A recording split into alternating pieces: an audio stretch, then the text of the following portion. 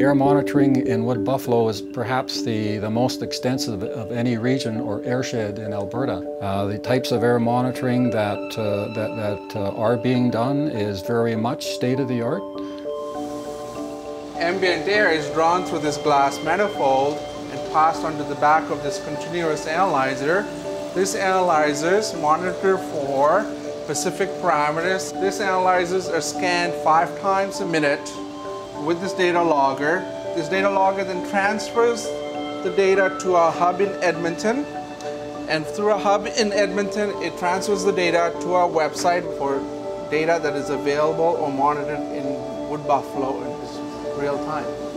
Exposure is the key link between pollutants and health effects. The time spent inside your home, perhaps what you do at work, are very, very strong determinants of exposure to air pollutants. The emissions from industry play a very small role. The findings clearly show that air quality in the Wood Buffalo region has not changed very much over the past 10 years.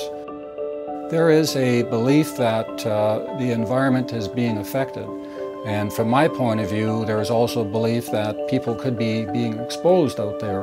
One can make a link between what's happening in terms of what's being released into the environment and what you're observing in the environment. Alberta Environment works closely with industrial players across the province and also environmental associations, but we are a regulator and we do have the authority to take enforcement actions when necessary.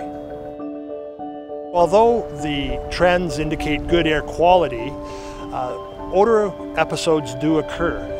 So the source of the odor could be something that's natural. It could be like forest fires, or it could be decaying vegetation. It could be related to industrial activities. It also could be related to vehicle emissions. Alberta Environment employs about 90 field staff across the province to ensure that the rules are being followed. The processes that are used in monitoring air quality can be in stationary locations, or they can actually be in mobile locations where we can actually move a vehicle around to different areas, track the odor if wind changes are occurring, or different times of the day or different seasons of the year.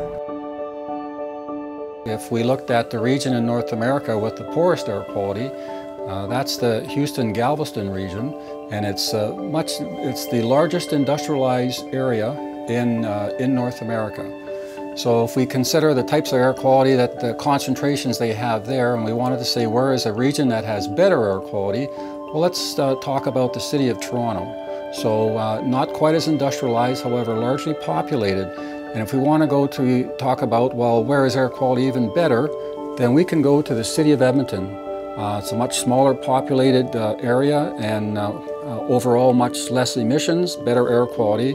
And then finally, let's talk about Fort McMurray in the Wood Buffalo region, and even many aspects Fort McMurray. Air quality is even better there.